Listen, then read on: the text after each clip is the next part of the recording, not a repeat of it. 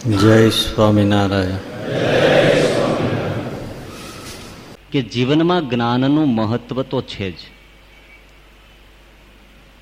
અને જેટલું જ્ઞાન ઉત્તમ એટલી સાધના ઉત્તમ, અને જેટલી સાધના ઉત્તમ એટલી પ્રાપ્તિ ઉત્તમ. એટલા માટે ઉપનિષદોમાંથી, ગીતામાંથી, ભાગવતમાંથી, વચનામૃતમાંથી સારરૂપ એ જ કહેવાય છે કે સાધુ પુરુષોને, સદગુરુઓને મળીને જ્ઞાન પ્રાપ્ત કરો. ઉતિષ્ઠત જાગ્રત પ્રાપ્ય વરાન નિબોધત. જ્ઞાન મેળવવું સદગુરુને પામીને. તો શ્રીમદ ભગવદ્ ગીતાના 4થા અધ્યાયમાં ભગવાન શ્રી કૃષ્ણએ 3 શરત મૂકી છે કે જ્ઞાન મેળવવું છે તો અર્જુન આટલું આટલું કરવું પડે છે. તદવિધિ પ્રણિપાતેન પરિપ્રશ્નેન સેવયા. પહેલું તો સદગુરુને જઈને પ્રણામ કરવા. જ્યાં સુધી નમ્રતા ન આવે ત્યાં સુધી જ્ઞાન આવે નહીં. એટલે તો આપણે જુઓ કે જ્યારે કોઈથી જ્ઞાન લેવાનું હોય છે ત્યારે એને આપણે વ્યાસપીઠ ઉપર બેસાડીએ છીએ, અને લેનાર હોય એ નીચે આસન ઉપર બેસે છે. પાત્રમાંથી જળ લેવું હોય તો એમણે નીચેના પાત્રએ નીચે રહેવું પડે તો જ એમાં જળ આવે. જો એ પાત્ર ઊંચું રહે તો એનામાં પાત્રમાં પાણી ન આવે. સમુદ્ર છે એ નીચો રહે છે, કેટલું ભરે છે. એટલે શરીરથી નમસ્કાર કે પ્રણામ નહીં, પણ અંદરથી નમી પડવું કે હું ખાલી છું, એવું જે નમ્રતાનો ગુણ, પ્રણિપાત કરવા. પછી તરત કહ્યું કે સેવા કરવી. સેવા વગર જ્ઞાન મળતું નથી. ખાલી પુસ્તકના થોથાઓથી કે શબ્દ શ્રવણથી જ્ઞાન થતું નથી. બહુ અદ્ભુત શરત મૂકેલી છે, સેવા કરવી. એ સદગુરુની સેવા કરવી. સેવા થકી બુદ્ધિ નિર્મળ થાય છે, અને બુદ્ધિ નિર્મળ થતા જ્ઞાન ઠરે છે. અનેક જન્મથી બુદ્ધિ કુસંસ્કારોથી આવૃત છે, માટે સેવા કરવી જ પડે. અને સેવાથી સદગુરુ પ્રસન્ન થાય છે, ત્યારે પોતાનું સર્વસ્વ જ્ઞાન આપે છે.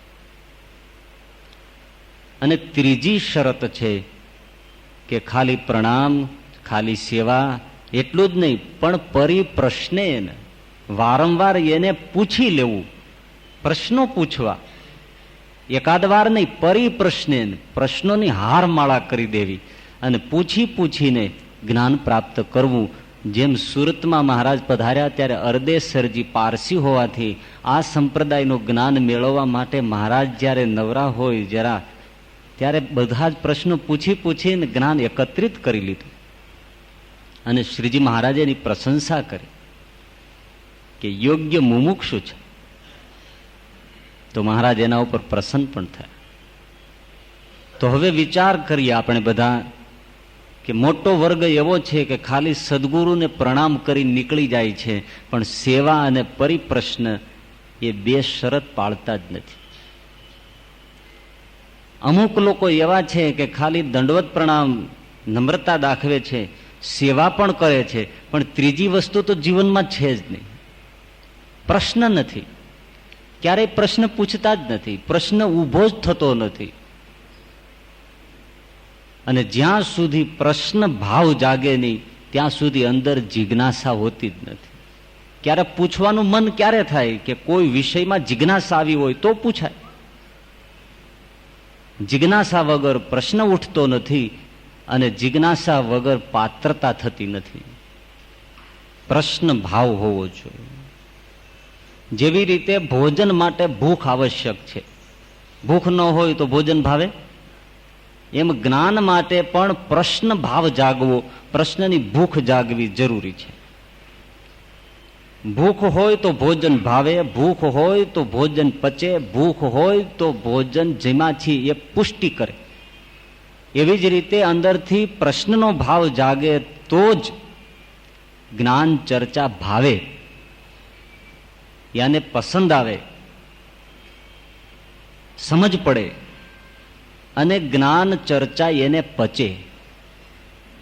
જો અંદરથી જ ભાવ પ્રશ્નનો એક જુવાળ પેદા થયો હોય જે તે પ્રશ્નનો, તો એ પ્રશ્ન ઉપર નિરૂપણ આવે ત્યારે એ વસ્તુ એને એકદમ સમજાય, એને પચ્યું કહેવાય. વિભાગ પડે, નહીતર વિભાગ પડે નહીં. જે મોઢામાં કોળિયો મૂકે ને આસપાસથી મોઢામાં રસ જરે, પાચક રસ, એમ જ્યારે જિજ્ઞાસા પ્રશ્નભાવ જાગ્યો હોય તો જે વિષયનું જ્ઞાન આવતું હોય એ જ્ઞાનની આસપાસના પ્રશ્નો એના મનમાં ઉતરવા માંડે અને એના ઉત્તર પણ આવે.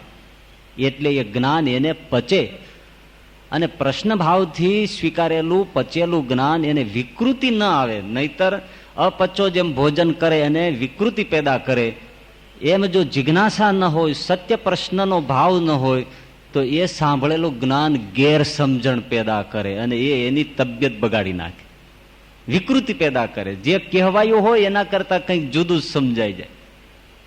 એને અપચો થયો, ગેરસમજણ થઈ. એટલે બહુ મોટી શરત છે, પ્રશ્ન થવો જોઈએ.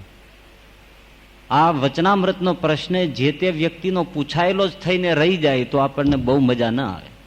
પણ એ પ્રશ્ન આપણો બની જાય તો જ એ પ્રશ્ન સમજાય અને જીવમાં ઠરે.